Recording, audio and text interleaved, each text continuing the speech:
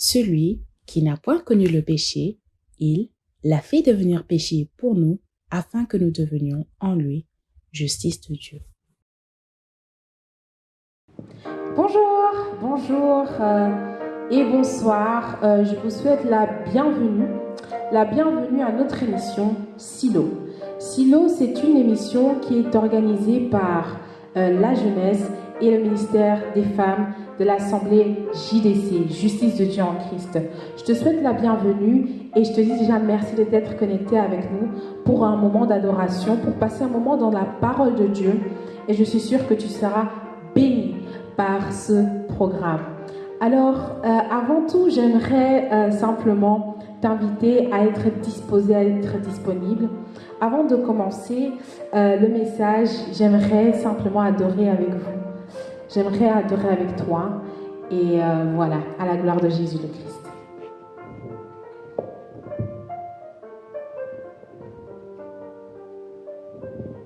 Alléluia.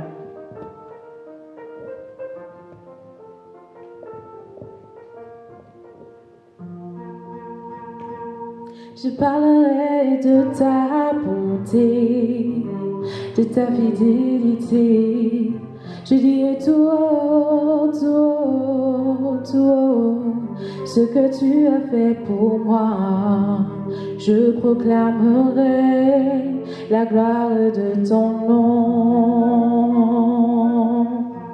Je parlerai de ta bonté, de ta fidélité. Je dirai tout haut, tout haut, tout haut, ce que tu as fait pour moi. Je proclamerai la gloire de ton nom. Tu m'avais dit de compter sur ta bonté, ta bonté. Je n'ai pas hésité. Et quand tu m'as prouvé ta fidélité, oh Dieu, et vraiment tu m'as étonné. Tu m'avais dit de compter sur ton amour, ton amour. Je n'ai pas hésité. Et quand tu m'as prouvé ta fidélité, oh Dieu, vraiment tu m'as étonné. Je parlerai de ta bonté, de ta fidélité. Je dirai tout haut, tout haut, tout haut, ce que tu as fait pour moi. Je proclamerai la gloire de ton nom. Tu m'avais dit de compter sur ta bonté, ta bonté. Je n'ai pas hésité. Et quand tu m'as prouvé ta fidélité, oh Dieu, vraiment tu m'as étonné. Tu m'avais dit de compter sur ton amour, ton amour. Je n'ai pas hésité. Et quand tu m'as prouvé ta fidélité, oh Dieu, vraiment tu m'as étonné. Je parlerai de ta bonté. Je dirai tout haut, tout haut, tout haut, ce que tu as fait pour moi. Ce que tu as fait pour moi. Tu m'avais dit de compter sur ta bonté, ta bonté. Je n'ai pas hésité. Et quand tu m'as prouvé ta fidélité, oh Dieu, vraiment tu m'as étonné. Je parlerai, oh, je parlerai, oh.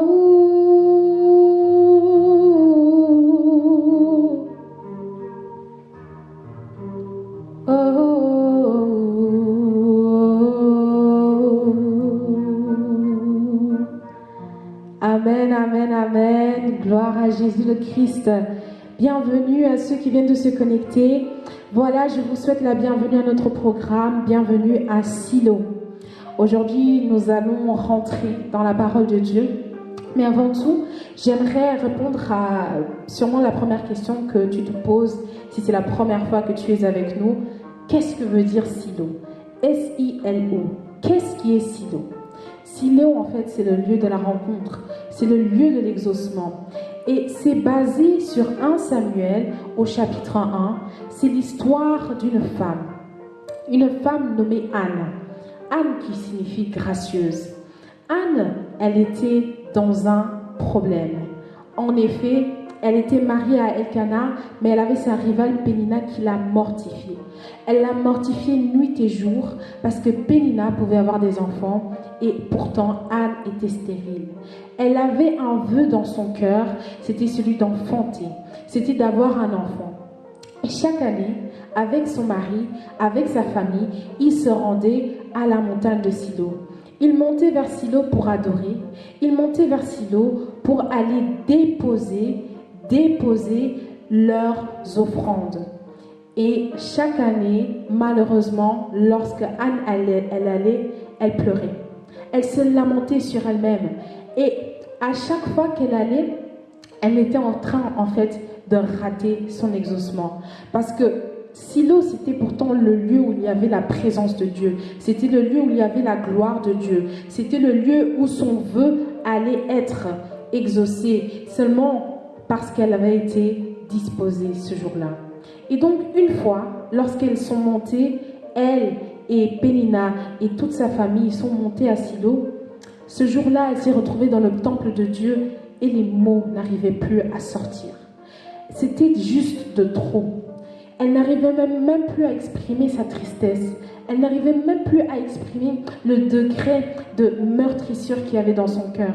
Et donc, elle était en train de parler, mais aucun son ne sortait. Et c'est à ce moment-là que le sacrificateur Élie passa par là et lui dit « Femme, fais passer ton vin ». Parce que même le sacrificateur ne pouvait pas comprendre la douleur qu'il y avait dans le cœur d'Anne. Et pourtant, ce jour-là, elle fit un vœu à Dieu. Et c'est lorsqu'elle a eu la révélation de faire un vœu à Dieu que ce jour-là, tout a changé. Et Anne, son visage a été changé. Anne, son visage a été changé et elle a eu l'enfant de sa promesse. En effet, Anne n'était pas une femme ordinaire. Anne n'était pas amenée à avoir des enfants, mais Anne était amenée à avoir un fils. Anne était amenée à mettre au monde un prophète, le prophète Samuel, qui allait rester au pied du Saint-Esprit. Il allait rester au pied du Maître. Il allait rester au pied du Maître et il allait impacter le temps. Et donc, pourquoi est-ce que nous parlons de Silo? Parce que ici, en ce moment, ce programme auquel tu t'es connecté, c'est comme à Silo. Tu n'as pas besoin de monter dans une montagne. Tu n'as pas besoin d'aller faire un pèlerinage à Israël. Parce que la gloire de Dieu, la présence de Dieu, c'est maintenant, c'est ici. À ce programme où tu t'es connecté, c'est aussi ton lieu d'exaucement. Si tu es disposé et que comme Anne, tu vas avec un cœur qui est prêt à recevoir la parole, je suis sûre que tu recevras ton exaucement. Amen. Aujourd'hui, je vais vous exhorter sur une femme. Je vais vous exhorter sur Sarai, autrement dit Sarah. Et pour cela, nous allons prendre la parole de Dieu dans Genèse à partir du chapitre 11. Je vous invite tous à prendre vos Bibles. Si tu n'as pas de Bible, je te recommanderais de télécharger même l'application de la Bible et de suivre le message avec nous. Amen. Nous allons commencer à lire dans Genèse chapitre 11 au verset 27. Je lis la parole au nom de Jésus. Voici la postérité de Téra. Téra engendra Abram, Nahor et Haran. Haran engendra Lot. Haran mourut en présence de son père Téra au pays de sa naissance, à Our des Chaldéens. Abram et Nahor se marièrent. La femme d'Abram se nommait Sarai, et la femme de Nahor, Milka, fille d'Haran, père de Milka et père de Isca. Sarai était stérile. elle n'avait point d'enfant. Terah prit son fils Abraham, son petit-fils Lot, fils d'Aaron, et sa belle-fille Sarai, femme de son fils Abraham.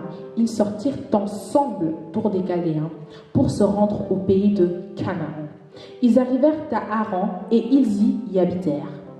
La durée de vie de Terah fut de 205 ans et Terah mourut à Haran. Amen. Donc ici, on va voir la première mention de Sarah. Sarai, non, on l'appelle Sarah, mais à ce moment, elle s'appelait Sarai. Sarai était donc l'épouse d'Abraham. Elle était l'épouse d'Abraham et au verset 30 directement, on est en train de la qualifier. C'est-à-dire, on a dit Sarai était stérile. C'est-à-dire qu'elle n'avait point d'enfant. Amen. Et donc, on est déjà en train de dire qu'est-ce que Sarah était. Aux yeux de tous, c'était la femme qui était stérile. Aux yeux de tous, c'était la femme qui n'avait pas d'enfant. C'était devenu un adjectif qualificatif attaché à sa personne. C'était devenu son identité, la femme stérile, Sarai. Et après, nous voyons que Terah qui était le père d'Abraham, a pris toute sa patrie. Après que son fils Aaron soit décédé, et ils ont quitté Our des Chaldéens. L'endroit où ils ont tous grandi, l'endroit où ils ont tous vécu, ils ont pris leurs affaires et ils ont quitté Our des Chaldéens. Et Terah avait comme projet, avait comme ambition d'aller à Canaan. Malheureusement, Terah est parti jusqu'à Haran. Et il s'est arrêté à Haran et il mourut à Haran. Alors, si on avait une carte géographique approximative, on pourrait dire que Ur des Chaldées était là, Haran était ici et Canaan était là. C'est-à-dire qu'en réalité, Terah, lorsqu'il a pris ses affaires, lorsqu'il a voulu quitter Ur des Chaldées, il n'a pas quitté ça en vain. Il a quitté Ur des Chaldées parce qu'il a constaté qu'il y avait une stérilité dans Ur des Chaldées. Il a quitté cet endroit où son fils est mort, où pourtant ses enfants ont grandi. Il a pris ses affaires et il est parti au pays de Canaan pour avoir un avenir meilleur. Et pourtant, il n'est jamais arrivé à Canaan. En réalité, il s'est arrêté à mi-chemin et c'est là qu'il mourut. Et maintenant, nous allons voir à partir du chapitre 12 au verset 1 que l'Éternel dit à Abraham. Abraham, il faut savoir que c'était un idolâtre. C'est-à-dire qu'à Ur des Chaldées, il était coutume d'adorer les idoles, d'adorer les dieux muets, d'adorer les statuettes. Et donc Abraham n'était pas un chrétien, Abraham n'était pas un juif. En réalité, Abraham, c'était en fait le fils de quelqu'un qui était en train d'adorer des idoles. Et pourtant, l'Éternel s'est révélé à lui. Si aujourd'hui, toi aussi, tu veux que l'Éternel se révèle à toi, cette grâce est disponible pour toi aujourd'hui. L'Éternel dit à Abraham, va-t'en de ton pays, de ta patrie et de la maison de ton père vers le pays que je te montrerai. Amen.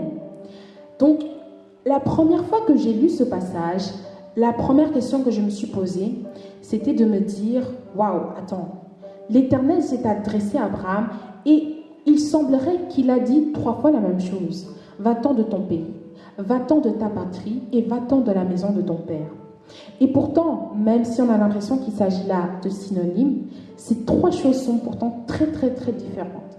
Et en fait, lorsque Dieu s'est adressé à Abraham, il lui a donné les clés du succès. Il lui a donné les clés du succès. Parce qu'il lui a dit, va-t'en de ton pays. C'est-à-dire qu'ils s'étaient installés à Haran. Ils avaient quitté Ur des Chaldées. Et en fait, le pays, c'est quoi? C'est le territoire géographique. C'est-à-dire que une nation, on va dire que la Belgique est délimitée par des traités juridiques, est délimitée, on va dire que la Belgique recouvre telle distance, de telle distance, à quel endroit où est-ce que la Belgique commence. Donc c'est un territoire, c'est dans la terre. Une fois qu'on a dépassé la délimitation, on est en dehors du pays. Et donc l'Éternel lui a d'abord dit, va-t'en de ton pays. C'est-à-dire, quitte l'endroit où tu es. C'est-à-dire, rentre en mouvement maintenant. laisse ce que tu as connu et avance vers le pays que je te montrerai. Mais par la suite, ce qui est très intéressant, il lui dit, quitte ta patrie. On aura l'impression que la patrie, c'est la même chose que le pays. Et pourtant, ta patrie, c'est en réalité comme ta nationalité. C'est-à-dire que moi, je peux peut-être m'installer aux États-Unis, mais ma nationalité restera la même. C'est-à-dire que la nationalité, la patrie, qu'est-ce qui définit la patrie et la nationalité? C'est le fait d'avoir un même langage, d'avoir une même histoire et d'avoir ce même sentiment d'appartenance à un peuple. Et lorsque l'Éternel s'est adressé à Abraham pour lui dire « quitte ta patrie », il était en train de lui dire en fait « change de langage ». Le langage que tu avais eu à Ur des Chaldées, l'endroit où il y avait eu la stérilité, il doit être changé. Tu dois changer de langage. Et ensuite, il lui a dit quitte ton sentiment d'appartenance. Aujourd'hui, maintenant, dis-toi qu'il est temps de te réinventer. Il est temps que le passé soit le passé et que maintenant, tu puisses regarder à l'avenir. Il est temps que tu laisses l'histoire de Ur des Chaldées et que tu commences à créer ta propre histoire. Cette histoire, tu la crées et tu l'écris avec Dieu. Il est temps que tu laisses en arrière ce que tu avais pensé qui était en réalité ce dont tu avais besoin, mais que moi je puisse te montrer ce dont tu as besoin aujourd'hui. Donc il lui a dit de quitter son pays, il lui a dit de quitter sa patrie, et ensuite il lui a dit de quitter la maison de son père. Vous allez me dire, mais son père, Terah, est décédé. Comment est-ce qu'il peut quitter la maison de son père? En réalité, la maison de son père, c'est son éducation. C'est la façon dont on l'a fait grandir. Ce sont les principes qu'on lui a inculqués dès sa jeunesse.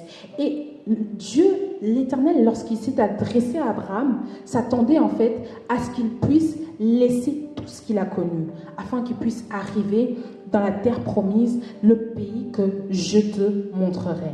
Amen. Et donc, de la même manière, j'aimerais dire à quelqu'un que afin que tu puisses aller vers le pays de l'exaucement, vers le pays où le Seigneur t'attend, il est temps que tu puisses changer de langage.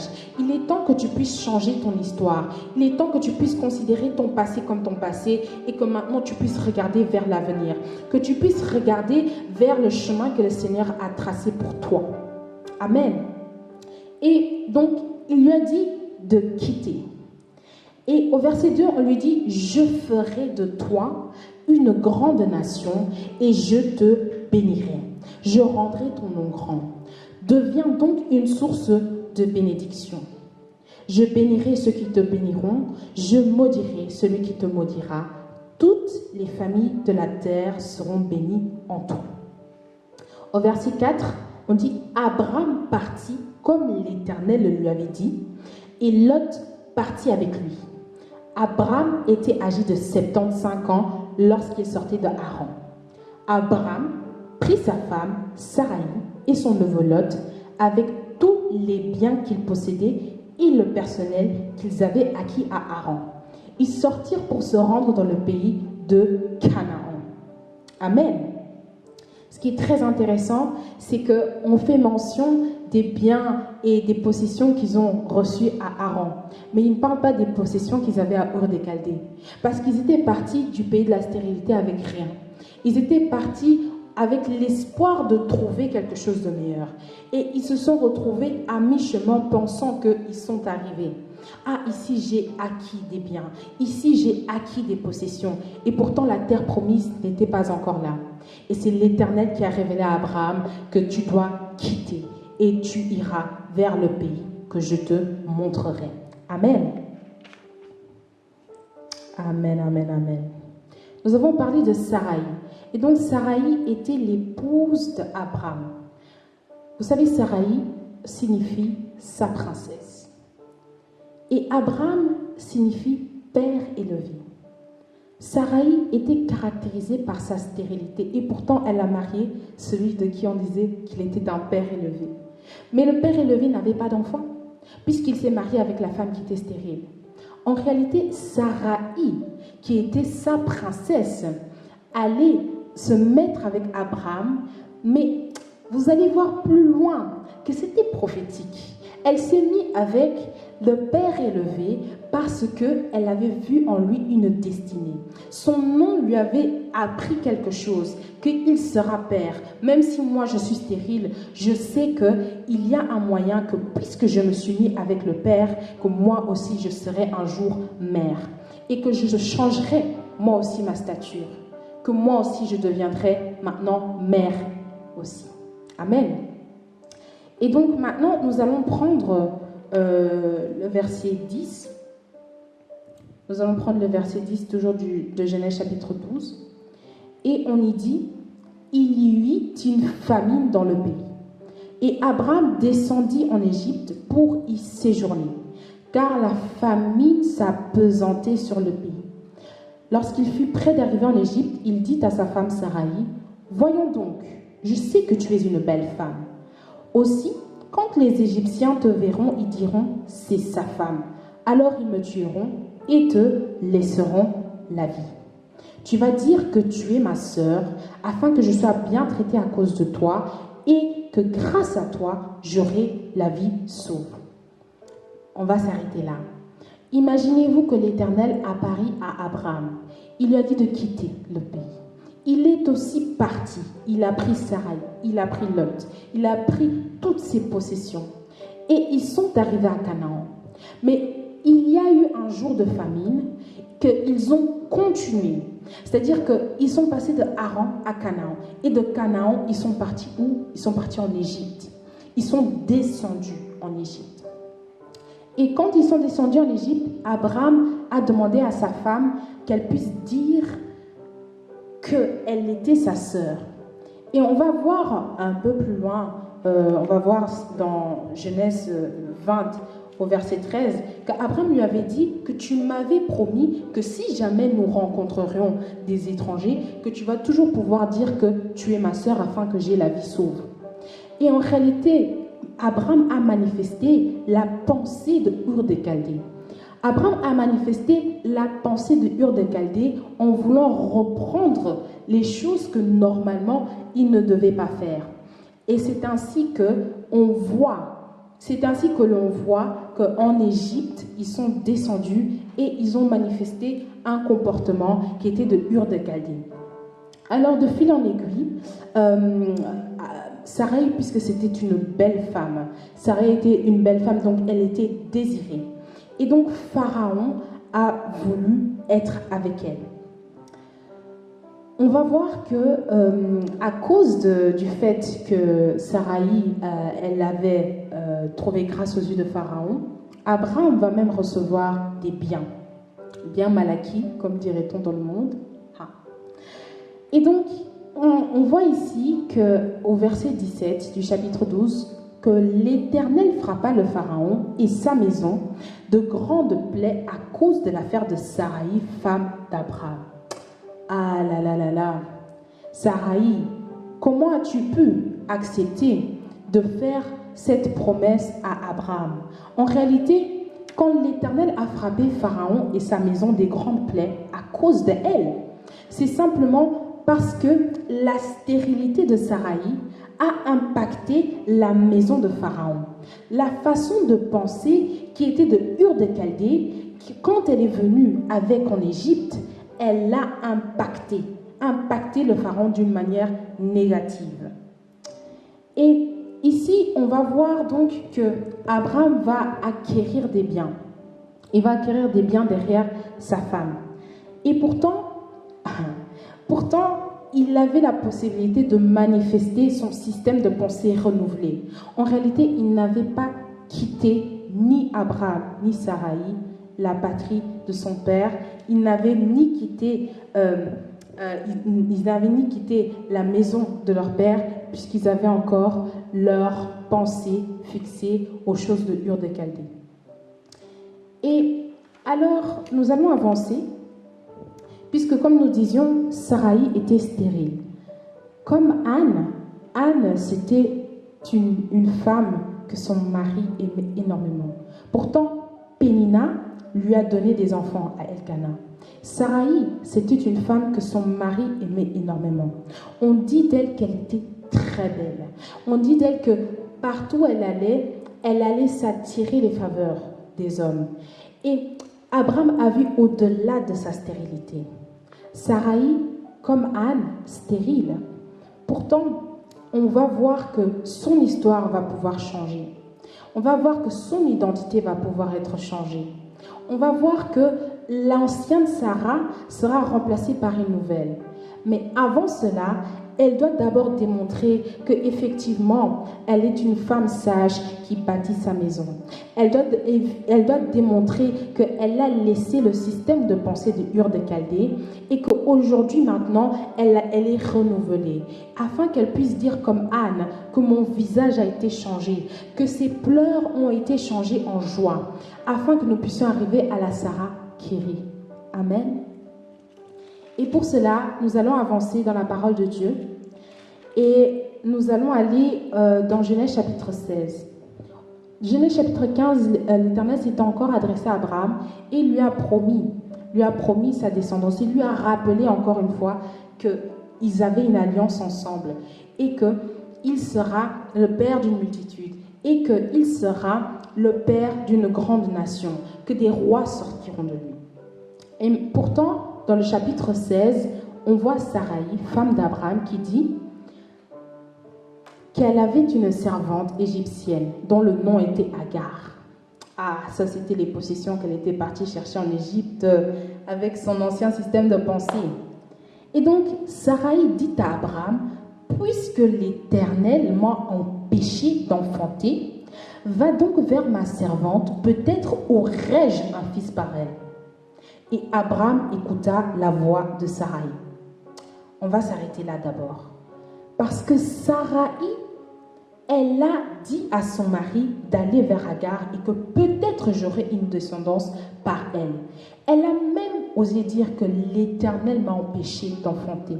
Et pourtant, un chapitre avant, l'Éternel s'était révélé à nouveau à son mari. Et elle, une femme intelligente, était au courant que l'Éternel s'était révélé à son mari, mais elle ne crut point. Elle ne crut point. Elle a dit, puisque l'Éternel m'a empêché d'enfanter, va donc vers elle. Et ça, c'est ce qu'on appelle quand tu veux faire la fabrication. Dis après moi fabrication. Parce que Sarai, elle a fait la fabrication. L'Éternel a adressé une parole claire à Abraham et qu'il aura une descendance. Est-ce qu'il a parlé? Est-ce qu'il a mentionné Agar? Est-ce qu'il a mentionné une Égyptienne? Est-ce qu'il a mentionné une servante? Non. Non. Puisque le chemin pour avoir une descendance, ça doit passer par la légitimité. Donc sa femme. Donc on voit aussi que Abraham est donc parti vers Agar. Ah là là là là. Femme sage, bâtis ta maison. Et l'insensé la renverse de ses propres mains. Proverbe chapitre 14 au verset 1. L'insensé renverse son foyer, renverse sa maison de sa propre main, de sa propre bouche. Elle a été dire à son mari d'aller en dehors. Et nous voyons maintenant le résultat. Au verset 4, il alla vers Agar et elle devint enceinte. Quand elle se vit enceinte, elle regarda sa maîtresse avec mépris. Ah, Sarai, déjà que tout le monde est en train déjà de t'affliger. Le monde entier t'appelle la stérile. Et maintenant, aujourd'hui, ta servante, elle te méprise. Ah, ça nous fait penser à Anne face à sa rivale Pénina. Maintenant que Pénina, quand elle avait enfanté, elle a commencé à aller à l'encontre de Anne. Et maintenant, Agar, lorsqu'elle s'est retrouvée dans la situation de celle qui pouvait enfanter, elle a méprisé Sarai. Elle l'a méprisée. Et alors, on voit ici qu'au verset 5, que Sarai va dire à Abraham, l'outrage qui m'est fait retombe sur toi. C'est moi-même qui ai mis ma servante dans ton sein, et maintenant qu'elle se voit enceinte, elle me regarde avec mépris. Toi-même, tu as compris l'erreur que tu as faite. Que l'Éternel soit juge entre toi et moi. Au verset 6, Abraham répondit à Sarai, ta servante est entre tes mains et agit à son égard comme tu le trouveras bon. Alors Sarai la maltraita. Et Agar prit la fuite loin d'elle. Sarai a maltraité Agar, la même femme qu'elle a poussée vers son mari et qu'elle a poussé son mari vers elle. Elle l'a maltraitée. Au lieu de choisir de pouvoir l'aider, au lieu de pouvoir choisir de pouvoir l'aider, elle s'est rendue compte qu'elle voulait avoir par Agar. En fait, en réalité, ce n'était pas vrai. Qu'elle ne voulait pas vraiment avoir la descendance par Agar, puisqu'elle la maltraita au point où elle prit la fuite loin d'elle. Amen. Sarah n'a pas cru. Sarai n'a pas cru lorsque l'Éternel s'était adressé à Abraham et qu'il lui a dit qu'il va multiplier sa descendance. Et pourtant, Dieu n'est point un homme pour mentir. Il n'est ni un fils de l'homme pour se repentir. Parce que ce qu'il dit ne l'accomplira-t-il pas? Au chapitre 17, à partir du verset 1, la parole de Dieu nous dit: lorsqu'Abraham fut âgé de 99 ans, l'Éternel apparut à Abraham et lui dit: je suis le Dieu Tout-Puissant. Marche devant ma face et sois intègre. La première fois que l'Éternel apparut à Abraham, il était âgé de 75 ans. Et voilà que 24 ans plus tard, l'Éternel s'adressa à nouveau. Il s'adressa à nouveau à Abraham en lui disant: je suis le Dieu Tout-Puissant. J'établirai mon alliance avec toi, je te multiplierai à l'extrême. Abraham tomba face contre terre et Dieu lui parla en ces termes: pour moi, voici mon alliance avec toi. Tu deviendras le père d'une foule des nations. On t'appellera plus du nom d'Abraham, mais ton nom sera Abraham, car je te rends père d'une foule des nations, car je te rends père d'une multitude. Et au verset 16, on nous dit: je te rendrai extrêmement fécond. Je ferai naître de toi des nations et des rois sortiront de toi. Amen. La parole de Dieu fut à nouveau adressée à Abraham et on lui a dit que cette fois-ci, on ne t'appellera plus du nom d'Abraham. Abraham qui veut dire père élevé. Mais ici, maintenant, ton nom sera Abraham, le père d'une multitude, le père d'une foule des nations. Et on dit de lui qu'il sera extrêmement fécond. On dit de lui que naîtront de toi des nations, que naîtront de toi des rois. Waouh!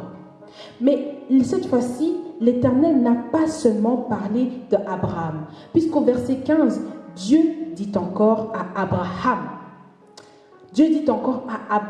père d'une multitude, pour ce qui est de ta femme Sarai, tu ne l'appelleras plus Sarai, mais son nom sera Sarah. Waouh! L'Éternel a changé l'identité de Sarai. Sarai, ça signifie sa princesse. Donc Sarai était la princesse d'Abraham. Sarai, c'était sa princesse personnelle. Mais on dit que désormais son nom sera Sarah. Donc elle sera princesse, mais sans le sein. Elle sera princesse. Et on dit au verset 16, je la bénirai. Et je te donnerai d'elle aussi un fils. Je la bénirai et elle donnera naissance à des nations. Waouh! Et les rois de plusieurs peuples sortiront d'elle. La princesse va donner naissance à une lignée royale. Voici ce que l'Éternel dit à Abraham à propos de sa femme. Sarai, qui était sa princesse, va maintenant devenir une princesse, et va même rentrer dans le rôle d'une reine, puisque le rôle d'une reine, c'est de donner une descendance, afin qu'on puisse dire qu'il y aura encore des rois, Et l'Éternel a dit que je la bénira et elle te donnera aussi un fils. Elle est passée de la princesse d'Abraham à la princesse pour beaucoup. Elle a changé de statut. Elle était sur le piédestal dans la vie d'Abraham, mais aujourd'hui, l'Éternel lui a changé son adresse, lui a changé son identité. Et désormais, elle va engendrer des nations. Désormais, d'elle sortiront des rois. Désormais, celle qui était appelée la stérile, aujourd'hui, on dira d'elle que c'est celle qui a fait naître pas n'importe quel enfant. Vous voyez, voilà la similitude avec Anne. Anne n'a pas fait naître n'importe quel enfant. Si la promesse a tardé pour Sarai et que la promesse a tardé pour Anne, c'est bien parce qu'il y avait quelque chose de plus grand encore. Parce qu'il y avait quelque chose qui devait rentrer dans l'histoire, qui devait se passer. Autant fixé par Dieu. Autant fixé par Dieu. Nous disons autant fixé par Dieu. Et Sarai est passée de Sarah. Sarai a changé d'identité. Anne a changé d'identité. Et nous voyons ici que maintenant, en réalité, le lieu de son exaucement, c'était dans la présence de Dieu. Anne, elle était montée à Silo. Mais c'est lorsque l'Éternel s'est adressé à Abraham, c'est lorsque l'Éternel s'est adressé à Abraham dans la présence de Dieu qu'il y a eu un déclenchement. Et on dira de Sarai que, j'aime la parole de Dieu. On dira de Sarai, autant fixé par Dieu, dans 1 an précisément, tu seras enceinte, tu enfanteras. Et tu ne vas pas enfanter n'importe qui, puisque tu enfanteras des nations, puisque tu enfanteras des rois. En effet, l'Éternel l'a rendue extrêmement féconde, elle aussi. La stérilité, vous savez pourquoi est-ce que la stérilité, c'est un sujet principal dans la parole de Dieu? Parce qu'en réalité, c'est une dichotomie. Ce sont 2 choses qui sont opposées. Il y a la vie, il y a la mort. Il y a la stérilité, il y a la fécondité. Parce que lorsque tu donnes naissance à quelque chose, tu donnes la vie. Et lorsque tu as la stérilité, on dit qu'il y a la mort dans ton sein. On en parle dans Romains 4, au verset 17. Le sein de Sarah était... non, il y avait la mort dans le sein de Sarah. Et pourtant, dans son exaucement, Dieu change toutes choses. Et maintenant, l'endroit où c'était poussiéreux, est-ce qu'on pouvait dire encore que... Est-ce que Sarah, elle pouvait encore être en état d'avoir des enfants?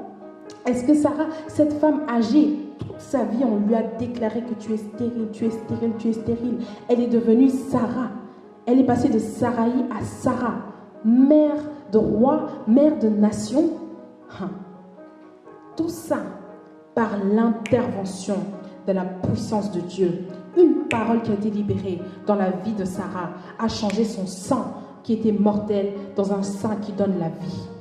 Et ça me fait penser à l'Éternel lorsqu'il s'adressait à son peuple en disant « Je mets devant toi 2 chemins. Je mets devant toi la vie et la mort. Mais je te recommande de choisir la vie. » Parce qu'il y a en réalité 2 chemins. Il y a 2 chemins. J'aimerais t'inviter aujourd'hui à ce que tu puisses choisir la vie. À ce que tu puisses choisir l'abondance, afin que tu puisses choisir la fécondité. Sarah était au bon endroit parce que l'Éternel s'est adressé à Abraham en disant d'elle. L'Éternel s'est adressé à Abraham en disant d'elle, donc Dieu a parlé d'elle pour changer son identité. Moi, j'aimerais te dire quelque chose parce que tu t'es connecté à ce programme. La gloire de Dieu, la présence de Dieu est là. La gloire de Dieu, la présence de Dieu est là. Il est capable de te faire changer ton identité. Il est capable de changer la stérilité qui était dans ta vie. Parce que la stérilité, ce n'est pas seulement le fait de ne pas pouvoir enfanter. Mais la stérilité, c'est tout ce qui est relatif à la mort dans ta vie. Il y a la stérilité dans tes finances. Il y a la stérilité dans ta famille. Il y a la stérilité dans tes ambitions. Eh bien, moi, je vais te dire quelque chose. Je viens t'annoncer quelque chose. C'est qu'il change toutes choses. Le sein mortel de Sarai, est devenu le sein qui donne la vie de Sarah. Alléluia. Gloire à Dieu. Je bénis le Seigneur pour cette parole et j'aimerais simplement te dire aujourd'hui de choisir celui qui a dit de lui que je suis le chemin, la vérité et la vie. Elle t'est accessible aujourd'hui. Tout est accessible aujourd'hui. Choisis le chemin, la vérité et la vie. Si tu veux avoir plus de précision par rapport à ces messages-là, par rapport à la parole de Dieu, je t'invite à prendre contact avec nous. Je vais te laisser et j'espère pouvoir te revoir dans une prochaine édition de Silo. Que Dieu te bénisse, mon frère, ma sœur, et à très bientôt.